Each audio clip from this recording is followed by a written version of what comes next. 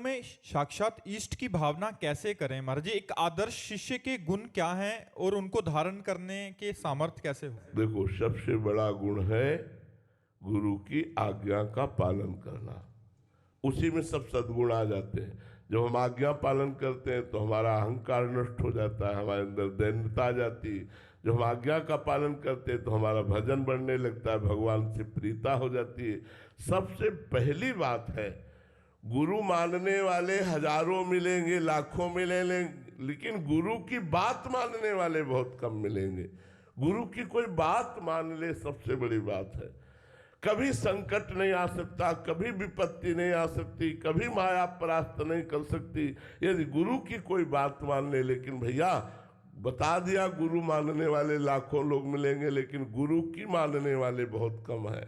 गुरु की आज्ञा पर प्राण न्यौछावर कर दे, वही शिष्य होता है, वही सच्चा शिष्य होता है जो आज्ञा पर अपने जीवन को समर्पित कर दे। लेकिन ऐसे बहुत कम है, ऐसे बहुत कम। और जो है तो दिनों में परिवर्तन होता है, दिनों में परिवर्तन होता है, सालों नहीं लगते, दिनों में परिवर्तन होना शुरू हो जाता है। और मोह माया ममता राग द्वेष काम क्रोध ये सब शांत होने लगते हैं। तो हमें जैसा अनुभव हुआ और जैसा शास्त्रों में पढ़ा और संतोष ने सुना कि सबसे बड़ा शिष्य का लक्षण है गुरु की अधीनता, गुरु के अधीन हो जाना। होए अधीन संग ही संग डोले, जैसे प्रिया जी के अधीन लाल जी, वैसे गुरु जी के अधीन शिष्य। एक पल के लिए भी अपने गुरुदेव की आज्ञा के विरुद्ध आचरण ना हो, एक पल के लिए भी भगवान का विस्मरण ना हो, सब दैवी संपदा आ जाएगी और गुरु में इष्ट भाव हो जाएगा। अगर कहीं भी अपराध विश्व में करोगे तो अपने गुरु से द्रोह हो जाएगा। कहीं भी दोष दर्शन करोगे तो अपने गुरु में दोष दर्शन होने लगेंगे। हमारी बात लिख लो, अगर कहीं भी दोष दर्शन करोगे तो वो दोष दर्शन अपने गुरु में दोष दर्शन होने का।